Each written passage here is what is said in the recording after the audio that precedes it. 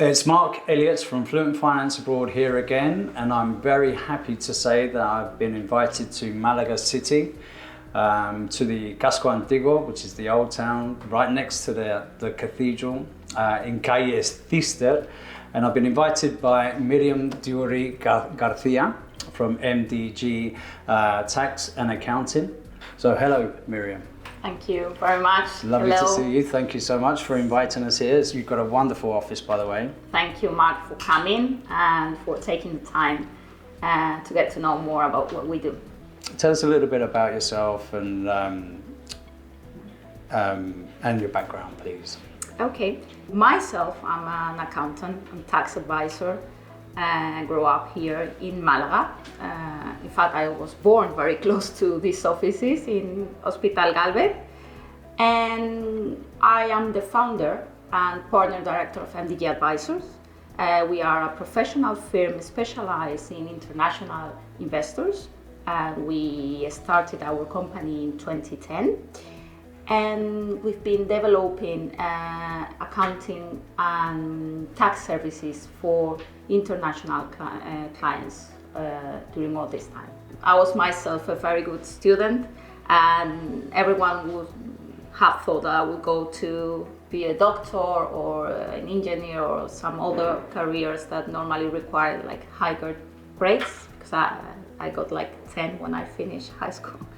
But I had a teacher, and he told me like once, like, you know, like in economics, we need also excellent professionals. Like normally medium kind of students go to economics.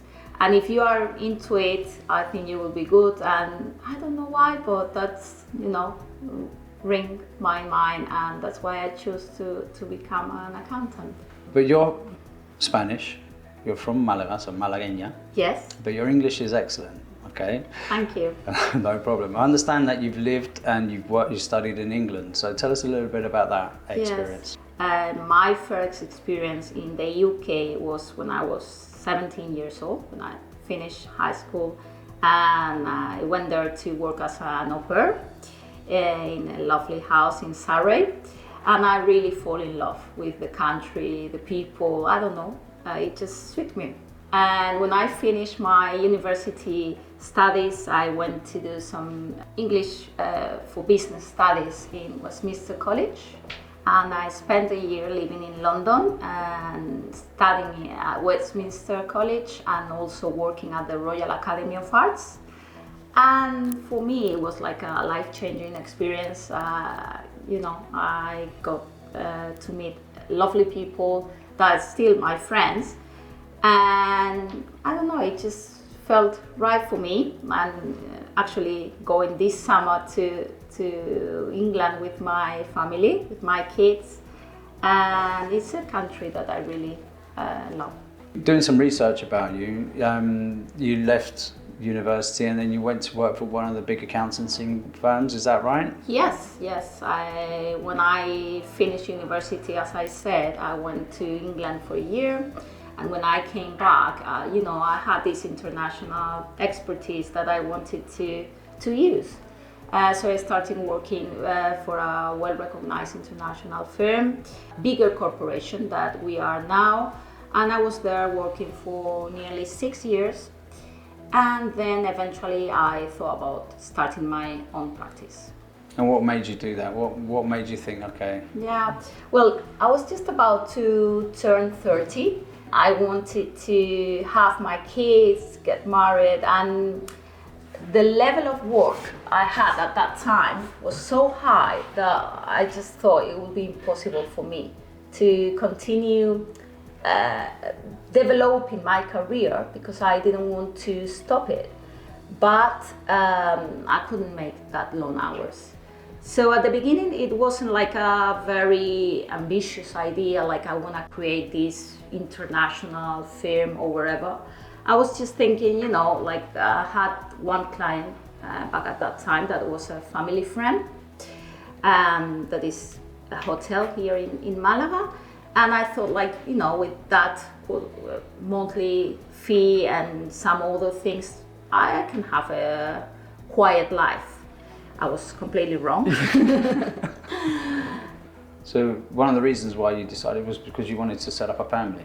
Yeah. Is that right? Yeah. How many children do you have now? I've got 2 kids now, You 2 said daughters. So you started with one client, you've had 2 children, and we're sitting here now.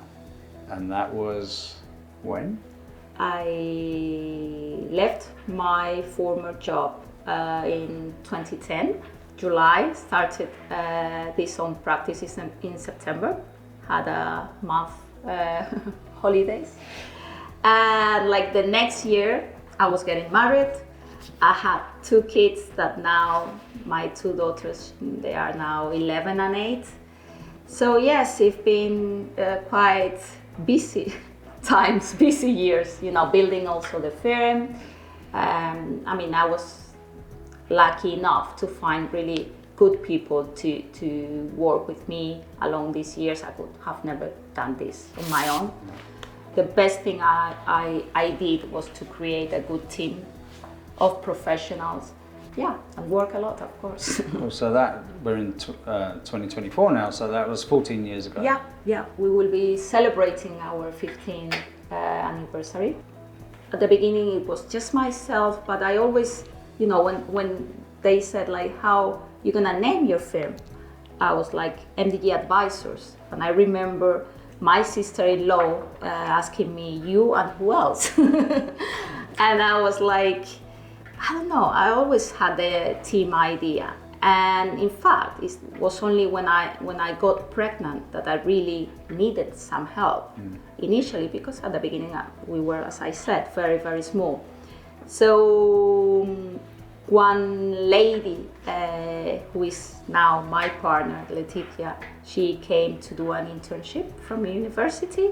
And I said, listen, Leticia, you're not really coming for an internship, you know, I'm gonna be a mom in 3 months, and you will have to, in fact, work and do everything during my maternity leave. I know probably it's not fair, but do you agree with that? She said, yeah, I'll do it.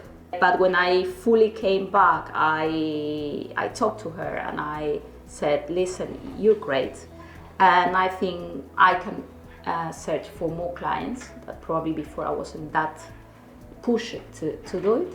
Do you want to stay with me? And she was like, yeah, sure, I want to stay. And that was truly the origin of everything. And now we are a team of 15 professionals.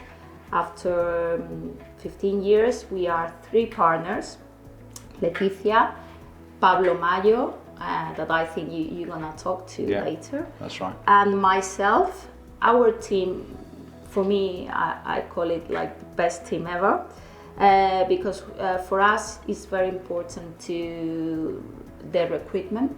We search for the best profiles from university, and what we offer them is good conditions, good quality of life, because originally it was the motivation for me to leave my former job. And we want to have the best professionals, but also with the best values. So we want first good people, and secondly well qualified. It's a lot of time consuming when you actually welcome a new client or when that client leaves the firm. So we want to avoid the rotation of clients. And truly now we have like a very, very low rotation rate, because we want the clients to be satisfied. And for us it's very important to, as well as finding the right professional, also finding the right client for our firm. Someone that we know that will be benefit from our services, with the international component, with the things we have an advantage, a competitive advantage to provide, and it works well for us. I remember I used to have a boss that always said to us, like, Real Madrid is in the first division because they win all the matches. And that applies to reality. You can do everything correctly and no one will notice, but if you make an error one day, that's where you have a problem. Plus, we as tax advisors, we have a lot of responsibility. So for us, the mechanisms of control and revision of all the work are very, very important.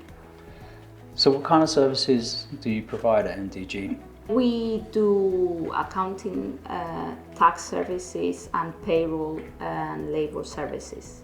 As I said, we mainly work for international investors.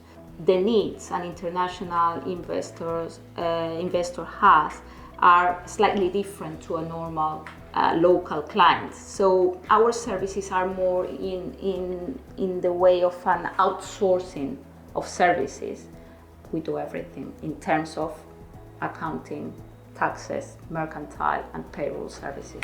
Company setups, yes. The bookkeeping, the whole process. Labor, bookkeeping, payrolls, setting up of the company, everything. But you don't just work for companies either, you do personal advice as well, is that right? Yes, we mainly work for companies or high-profile clients. Our services, we don't do any legal, because our best prescribers are legal firms. So sometimes we act for very important legal firms in Spain, such as Garrigues or Cuatro Casas or other more local law firms. We are like the backup office of those firms, and we do the compliance services that they are not providing because they are not in that side of the business. Well, what international client profiles are currently being attracted to Malaga? The whole journey, since we set up our firm in 2010, Malaga has completely changed. With the technological part, with all these IT companies that are coming. And back in the day, it was just about technological part. Now, with, for instance, the presence of Google in the marina, the whole picture has changed because we have a lot of tech companies also in central Malaga. So it's a completely new city with new needs, more cosmopolitan, and we are happy to have that because it's what we are prepared to do and the sorts of services that we can help the clients with. Most of these IT companies are looking for quality of life for their employees, and for them that's a key factor. And now we have this employee revolution where the power of high profile employees is very high, and the competition is very high. So IT companies, they want to offer their employees the best, not only in salary, on compensations, but also of the quality of life or the place they're living. When a company comes to us, first is the expertise. I would say we are probably the only or the first firm truly specialized or international investors in Málaga City, and we provide all our services in English, all the reports, communications, everything, and all our professionals are qualified to provide professional advice with international component in terms of the study of complex VAT, European VAT operations, the study of double tax treaty. That's something else you need to help those clients. That would be the technical and linguistic aspect, but it's also a very third important aspect, that is the cultural, the social. We are used to deal with clients from all over the world. We work with more than 32 nationalities, and we understand what an international client needs. When they come to a new country, they don't know anything. Sometimes they even need you to recommend a school for the kids. And you need to be able to be that professional, that trusted advisor that is ready to help at all times. And that's what we do for our clients. If an external or a foreign business or company or person is actually taking an interest in your country, it's so important that there are people on the ground that can actually make that investment actually worthwhile and safe.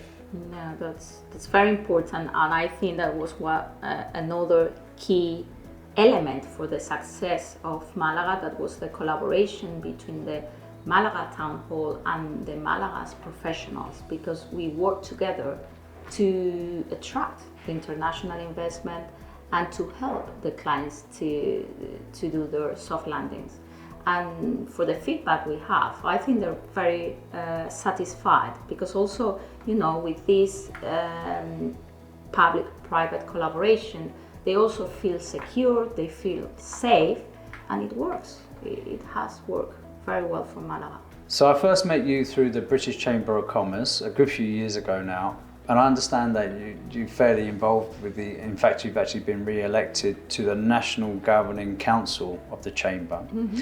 So can I ask you, why did you decide to get involved with the British Chamber in the first place? As I told you before, I was always very close to the UK, and when I set up my own practice, it just felt natural to become a member of the British Chamber. Then I met Derek, the Vice President of the British Chamber here in Andalusia, and he proposed me to sit on the GC.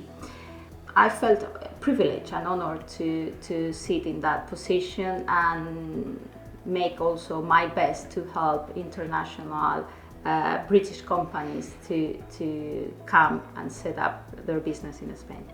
So you're involved in this organisation now, which is called the Málaga Economic Observatory.